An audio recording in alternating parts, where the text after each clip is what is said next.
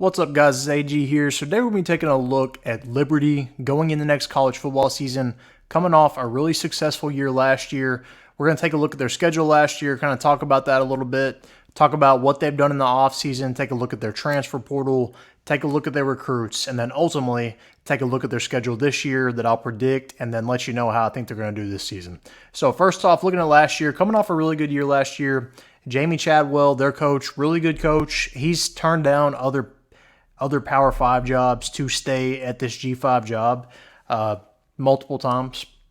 So I think he is in it for the long haul here. I think he's definitely trying to build something special. Now, really successful year last year. Like I said, 13-1 overall. Lost in the Fiesta Bowl to Oregon pretty badly. But other than that, really good year. You've got your backfield coming back. Kaidon Salter, quarterback, should be an All American candidate this year with the numbers they put up last year. Then also you've got Quinton Cooley coming back at running back, #1 rushing attack in the nation last year because of those two guys. Salter did enter the transfer portal for a little bit, but ultimately ended up deciding to stay back. It was rumored that he kind of had some interest from Auburn at some point, but decided to pull back and stay at Liberty.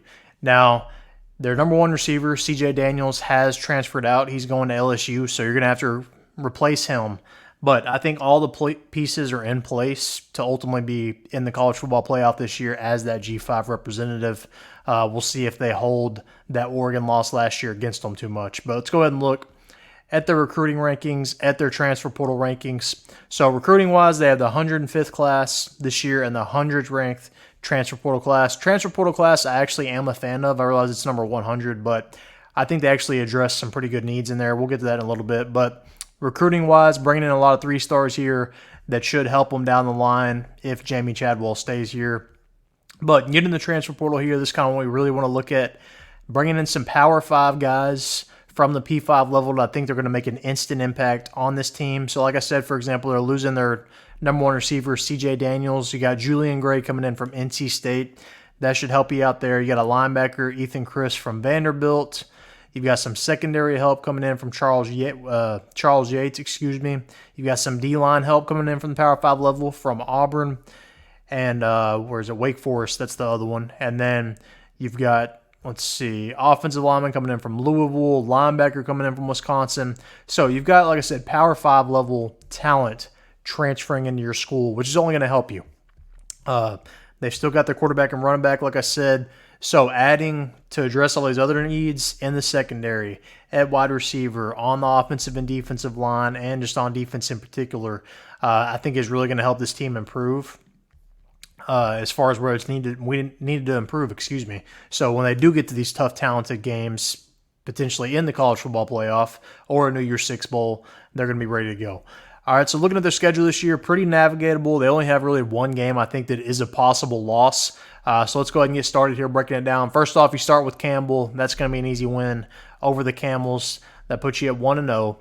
You've got New Mexico State next. That should be a win, puts you at 2-0. UTEP. That should be a win, puts you at 3-0. Now, East Carolina is going to be tougher than people may think. East Carolina kind of loaded up in the transfer portal. Their class is in particular the top G5 school at the moment, so really good class there, but I think Liberty is too experienced, too good there, so that puts you at 4-0.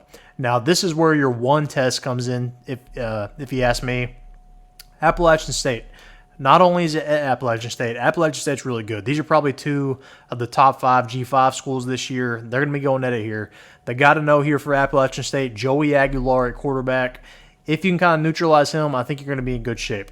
But besides him, I don't know how much Appalachian State has. Liberty, you've got Quinton Cooley and Kaidon Salter. I think ultimately Liberty gets the win there, puts you at 5-0. All right, then you got a bye week, headed to FIU. That'll put you at 6-0.